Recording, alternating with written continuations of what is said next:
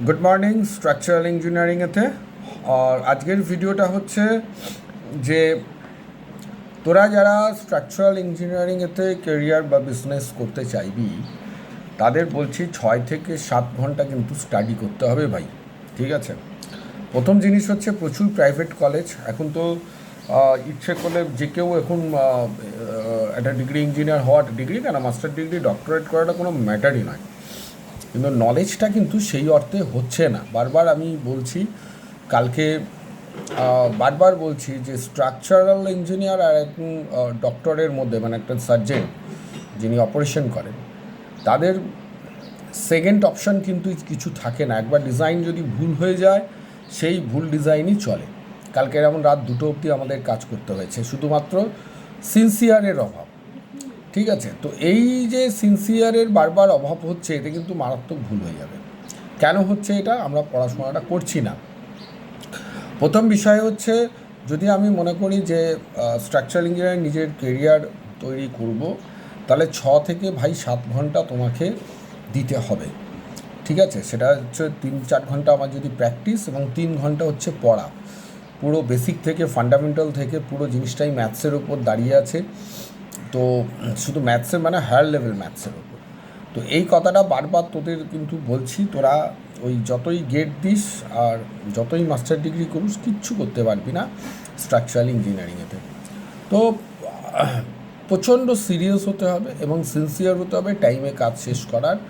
এই জায়গাটাকে আগে নিজেকে অ্যাচিভ করতে হবে যে আমি ডিজাইনটা শেষ করব। নলেজের কোন জায়গায় আমায় খামতি আছে সেই জায়গাগুলোকে আমাকে পূরণ করতে হবে। এর কোনো সেকেন্ড উপায় নেই, কোনো সেকেন্ড উপায় নেই। তো আমি আজকে স্ট্রেংথ অ্যান্ড স্টিফনেস নিয়ে শুরু করছি, যেট ইজ দ্য স্ট্রাকচারাল ইঞ্জিনিয়ারিংয়ের বেসিক ফান্ডামেন্টাল। যদি আমি ধরা যায় যে একটা মেটেরিয়ালের ওপর আমার ফোর্স পড়ার পর সে কীরকম রেসপন্স করবে, ঠিক আছে। তো ভিডিওগুলো ভালো করে দেখ এবং বইটাকে পড়তে হবে। শুধু ইউটিউব দেখে দেখে আর কলেজে গেলাম 10টা কোশ্চেন বলে দিল, তার মধ্যে 4টে এলো করে, কিন্তু not a good structural engineer হওয়া যায় না। প্রচুর কনসেপ্টটাই যদি না থাকে তাহলে আমি স্ট্রাকচারাল ইঞ্জিনিয়ার হবটা কী করে? আমি আজকে যেটা নিয়ে করব সেটা হচ্ছে স্ট্রেংথ অ্যান্ড স্টিফনেস। এই দুটো নিয়ে আমি বোর্ডের দিকে ঘোরালাম ক্যামেরাটা একটুখানি, তোদের ফান্ডামেন্টাল জিনিসগুলো দিয়ে দিচ্ছি। এবার তোরা কী করবি, কতটা করবি, সেটা তোদের ওপর ডিপেন্ড করছে, ঠিক আছে। দেখা যাচ্ছে বোর্ডটা। তো ফার্স্ট হচ্ছে আমরা দুটো জিনিস স্ট্রাকচারাল এলিমেন্টে আমরা পড়ি। একটা বিম ধর, আমি আগে লিখছি, দুটো ডিজাইন কনসিডারেশনে আমরা দুটো জিনিস হচ্ছে, একটা হচ্ছে স্ট্রেংথ,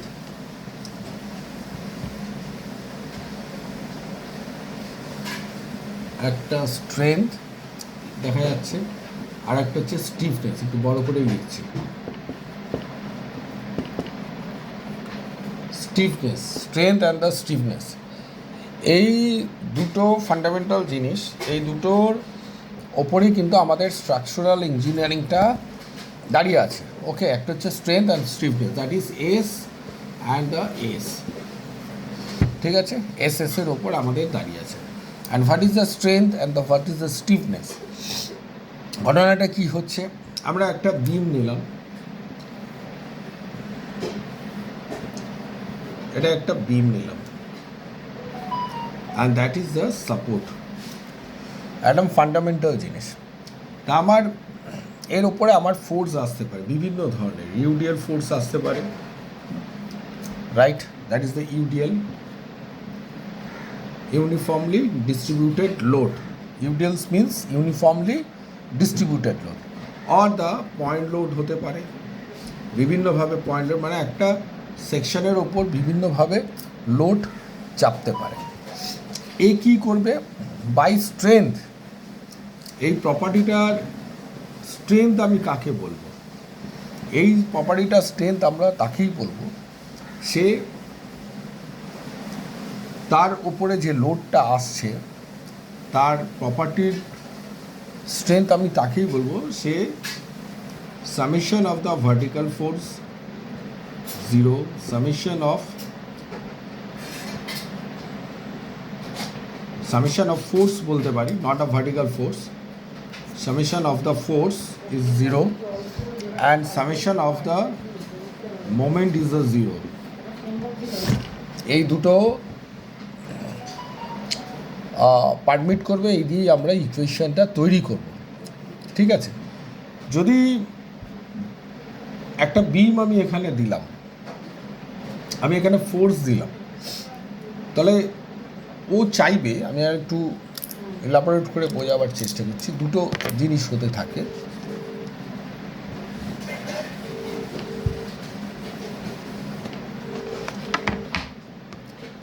একটা হলো দ্যাট ইজ দ্য বিম, আমি একটু বড় করেই রাখছি, এই একটা বিম,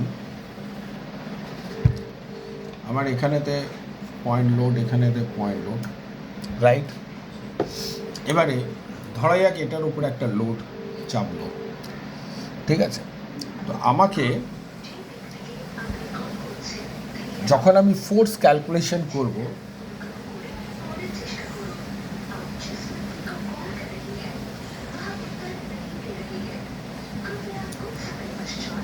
এটা হলো আমাদের কোঅর্ডিনেট সিস্টেম।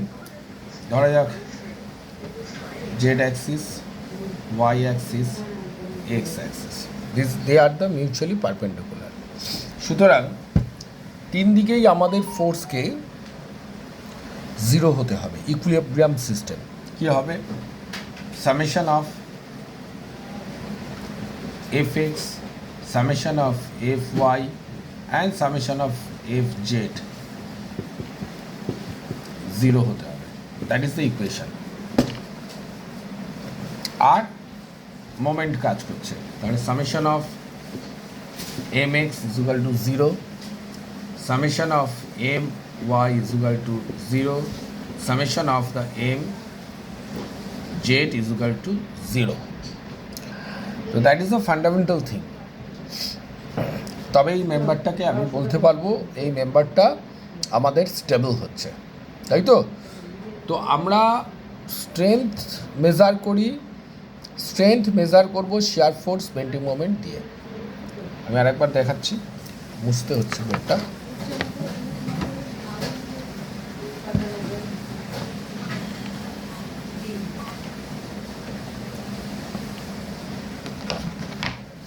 আমরা স্ট্রেংথটা মেজার করব কি দিয়ে? শিয়ার ফোর্স, এই বিম, এই বিম, রাইট। স্ট্রেংথ মেজার করব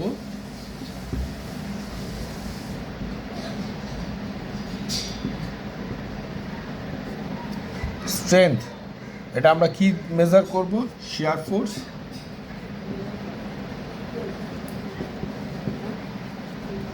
shear force and bending moment.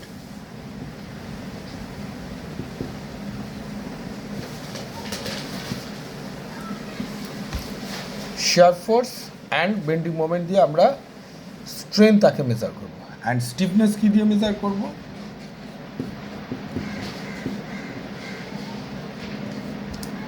Stiffness আমরা কি দিয়ে মেজার করব? এ বেন্ড হলো, একে ফোর্স দিলাম,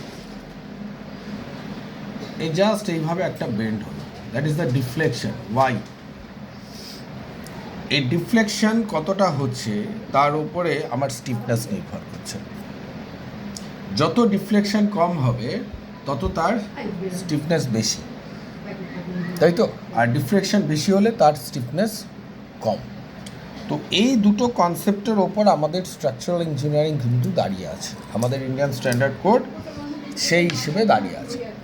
তো ফার্স্ট যখন আমি স্ট্রেংথকে মেজার করতে যাব, তো what is the shear force and the moment, কনসেপ্টটা কি? আমার শিয়ার ফোর্স এবং মোমেন্ট, এই কনসেপ্টটা একটু কনসেপ্টটা শুধু আজকে বলে দিলাম। আগামীকাল থেকে আমি স্টিফনেস নিয়ে আগে শুরু করব, তারপর আসবে shear force, bending moment, deflection, distribution of the force. একটা মেটেরিয়ালের ওপরে ফোর্স দেওয়ার পর কীভাবে সেটা রেসপন্স করবে সেগুলো নিয়ে আমরা আলোচনা করব। তো ফার্স্টে যেটা থিং হচ্ছে, যে কনসেপ্টটা হচ্ছে একটা স্ট্রেংথ অ্যান্ড স্টিফনেস, এই দুটো হচ্ছে ওপরে আমাদের স্ট্রাকচারাল ইঞ্জিনিয়ারিংটা পুরো দাঁড়িয়ে আছে, তার উপরই আমাদের সব ক্যালকুলেশন। তা what is the shear force and the bending moment, আমি একটু সেই জায়গাতে আগে যাচ্ছি।